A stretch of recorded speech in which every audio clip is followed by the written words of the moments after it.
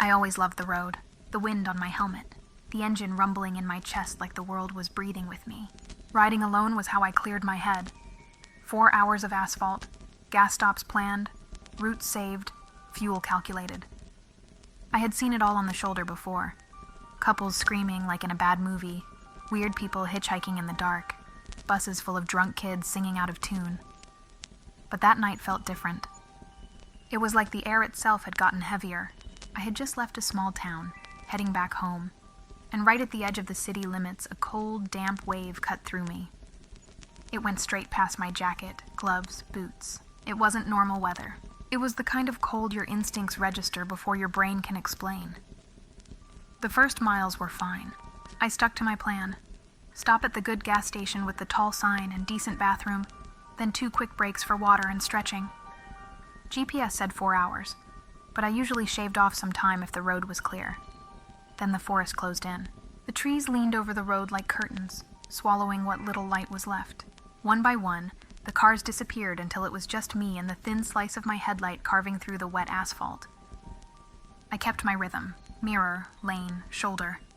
But the hair on my neck rose like antennas, and what started as discomfort turned into the sharp feeling that I wasn't alone. For miles, there was no one. No headlights, no taillights, no trucks, no other bikes. Just me, the road, and the hum of my engine filling the silence like a lifeline. Then the cold came back, thicker this time. The kind of chill that sticks to your skin, almost sticky. Like I wasn't wearing protection at all. I flicked on my high beam. I needed to see further ahead. The faded white line glowed faintly, and shadows danced at the edges of the road as my speed pushed them around. That's when the smell hit me. Not wet wood, not diesel. It was rot, raw and sour, thick enough to burn my eyes behind the visor. I gagged, forced myself to hold my breath, eyes scanning for any explanation. Roadkill, a wreck, anything. Then I saw it. At first, it looked like a blur at the edge of the light, but as I closed the distance, it became a solid figure. Big. Too big to be a woman. Wide shoulders, heavy build, hood pulled low, covering the face. He wasn't coming from the shoulder. He was stepping out of the trees, slow and steady, like he knew exactly where to wait. My hand crushed the throttle and the bike responded.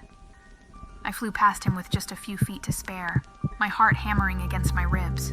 The smell of rot snapped behind me. I checked my mirror on instinct. Empty. Nothing there. That's when my front tire hit something.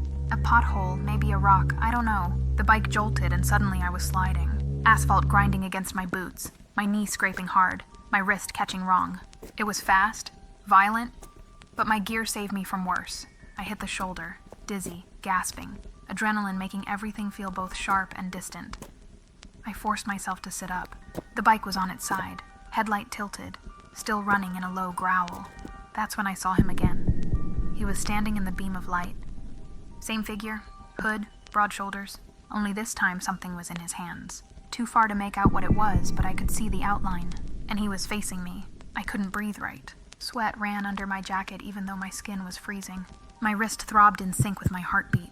My leg hurt every time I tried to move. Still, I staggered to the bike. I hit the starter. The engine coughed, died. Tried again. Same thing. My eyes kept flicking up to the road. He hadn't moved fast, but he was closer. A slow, steady walk, like he had all the time in the world. The third attempt sputtered, almost caught, then died again. My chest tightened, panic chewing at my ribs.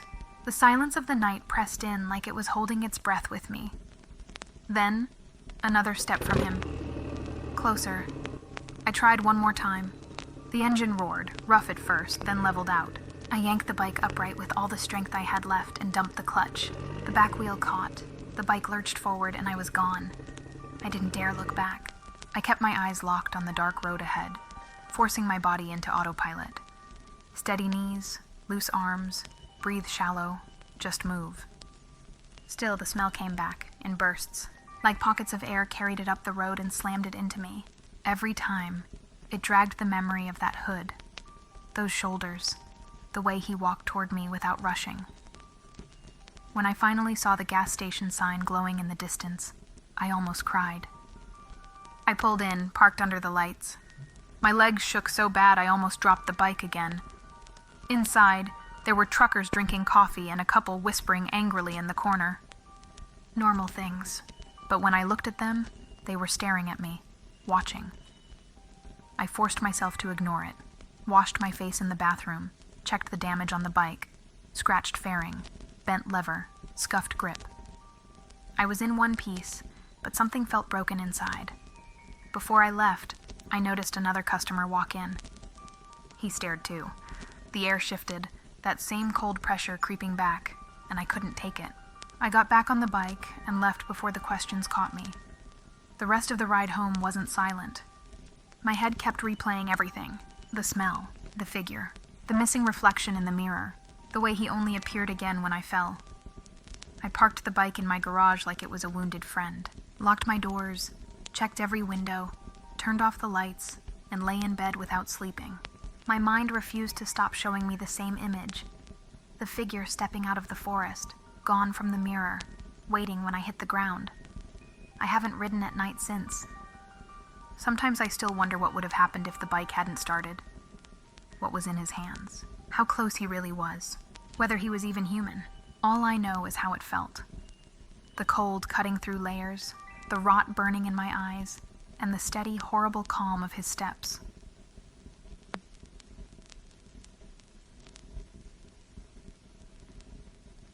I had spent the afternoon with a friend who had just moved to another town.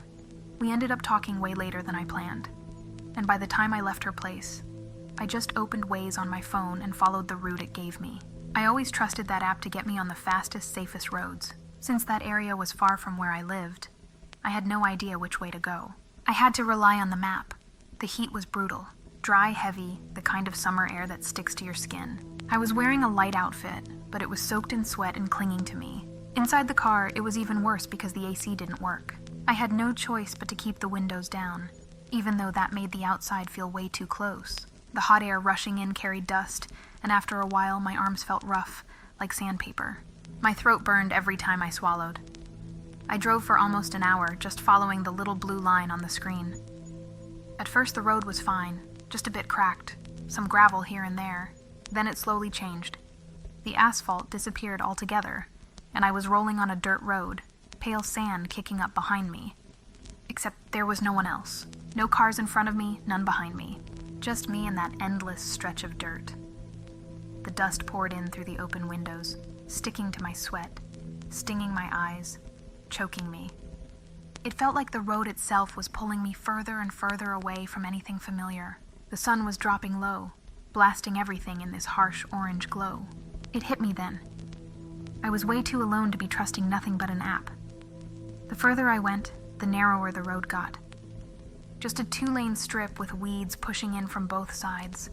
No signs, no houses, just broken fences and stretches of dried woods that went on forever. The air felt heavy, hard to breathe. My shirt stuck to my back, sweat dripping down my neck, my hands slick on the steering wheel. The car was an oven, and the hot wind blowing in didn't help. Every nerve in my body felt tested. That's when I saw the car. It came up ahead, heading toward me.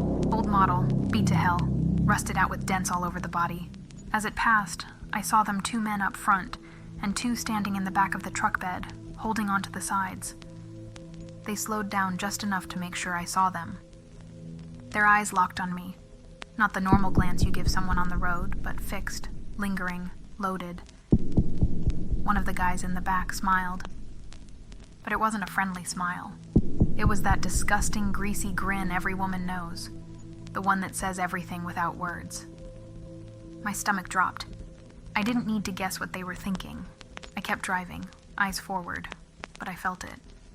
They had slowed down too. When I finally looked at the rear view, they were right there, only a few car lengths behind me, kicking up a thick cloud of dust that blurred the whole road. They were following me. At first they stayed back, almost teasing. Then they got closer, pushing up on my bumper. One of them leaned halfway out of the passenger window, yelling and making obscene gestures, laughing like it was a game.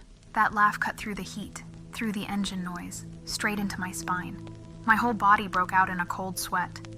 Then they started toying with me, swerving close, almost clipping the side of my car, then pulling back. Rushing up like they were about to ram me, then falling behind again. Each move kicked up more dust, choking me, burning my eyes. I could see their faces in the mirror, not just watching, but deciding what they'd do if they actually managed to stop me. Every loud laugh, every stare made my blood boil with panic. Something in me flipped. I stopped thinking like a driver. I started thinking like someone who needed to survive.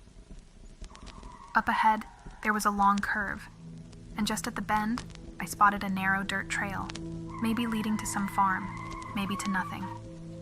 No gate, just an opening. I had seconds. My chest was pounding so hard I could hear it in my ears. I yanked the wheel hard and shot into the side trail. The tires skidded, the back end of the car swung wide, and a wall of dust exploded behind me. The car jerked sideways. My stomach flipped, but I held it. It was messy, desperate, but it worked. The old truck blew past, unable to turn in time. I heard the squeal of their brakes, the crunch of gravel under their tires.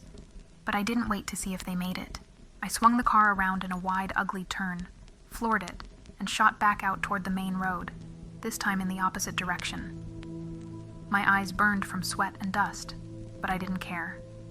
I drove like my life depended on it, because it did. I didn't look in the mirror. I didn't want to know if they had managed to turn around. My only thought was, get to the highway. Get to people. Get to light.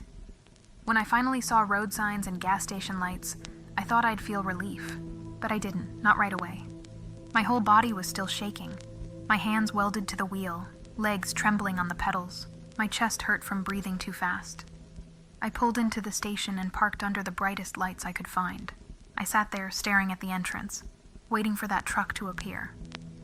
It never did, but the image of their faces didn't leave me. The grin, the way their eyes cut right through me. After that day, I never trusted Waze blindly again. I never took dirt roads alone, because I learned something the hard way. It's not only the night that's dangerous. Even in the daylight, even at sunset when you think you're safe, you can suddenly find yourself completely alone. And some men think that's enough reason to play with your life.